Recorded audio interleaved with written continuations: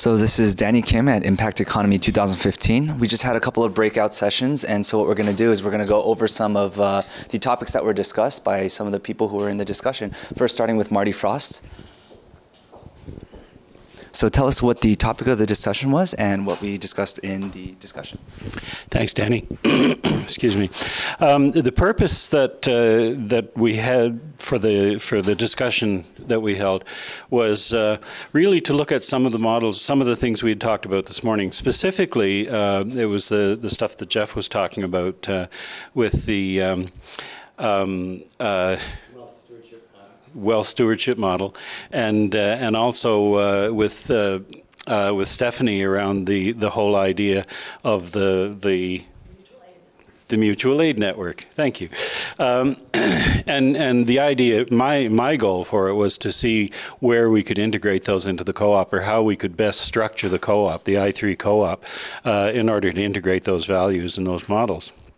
We got into a very broad-based discussion about sort of front end and back end, and planning the front end and planning the back end, and so on, and ultimately came up with some good sort of diagrams and so on to represent what it was we were going to talk about.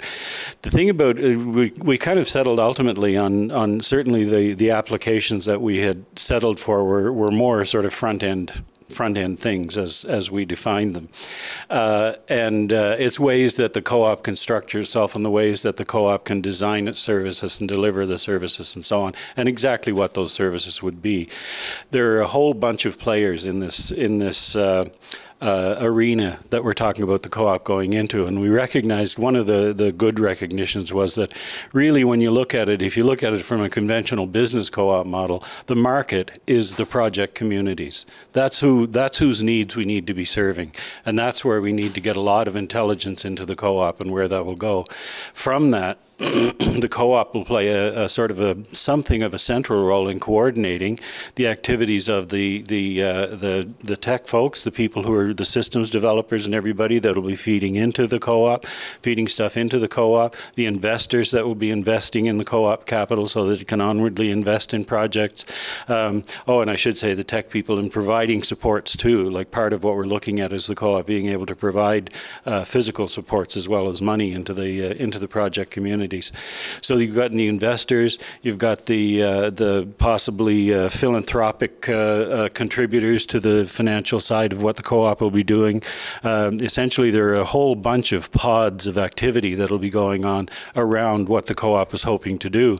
Initially, my own artwork, acknowledge the weakness in my own artwork, I had sort of laid those out in different circles. Very quickly became obvious that it was all part of the big circle. And in fact, that's what we've talked about in terms of design for the co-op, is having everyone at the table, having the investors, having the project leaders, and having people from the technology community and everything being at the table when we're developing this. We talked about, particularly with Jeff and Stephanie, we talked about the models that they were talking about this morning. And about the mutual aid network, for example, and how those might be used as tools within the project communities.